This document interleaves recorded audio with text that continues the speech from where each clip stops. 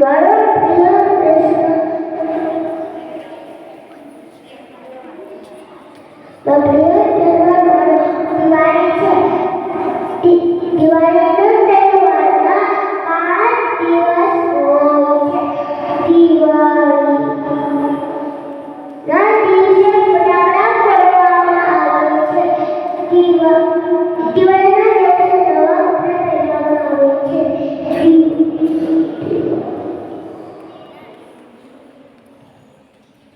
દિવાળીના બીજા દિવસે બેસતું વરસ કરે છે. દિવાળીના હું મારા મમ્મી પપ્પા દાદા દાદીના પગે લાગુ છું.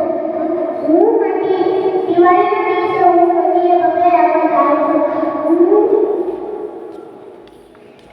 દિવાળીના વેકેશન